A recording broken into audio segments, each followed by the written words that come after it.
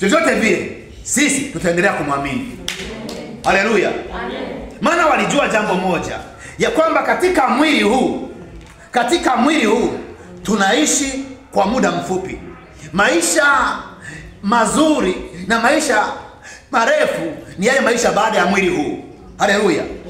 Baada ya mwili huu kuharibiwa, ndio nitakuwa na maisha marefu, nitakuwa na maisha bora zaidi ya haya.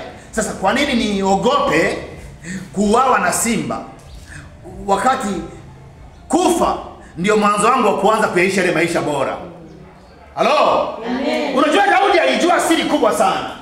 Haleluya. Amen. Daudi alijua siri kubwa sana, ndio maana hakuweza kuogopa hata katikati ya bonde la uvuli wa mauti. Anasema napita bila kuhofu, napita bila kuogopa, kwa sababu Bwana yuko pamoja na mimi. Haleluya. Sasa ama ananiokoa au haniokoi, nachojua tu yuko pamoja na mimi. Haleluya.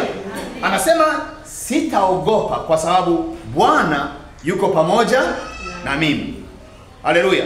Sasa ama ataniokoa au hataniokoa, cha msingi Bwana yuko pamoja na mimi. Haleluya. Ama naishi au nakufa, cha msingi Bwana yuko pamoja na mimi. Haleluya. Ama ninakufa au ninaishi, cha msingi Bwana yuko pamoja na mimi. Haleluya. Haleluya. Haleluya. Hivyo ndivyo ambavyo watakatifu wa kale waliishinda hofu. Haleluya.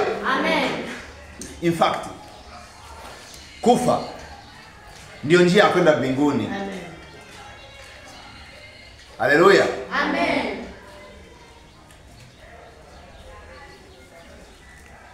Kwa nini sasa tunaogopa kufa?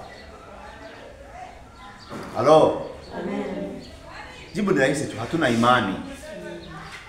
Halo?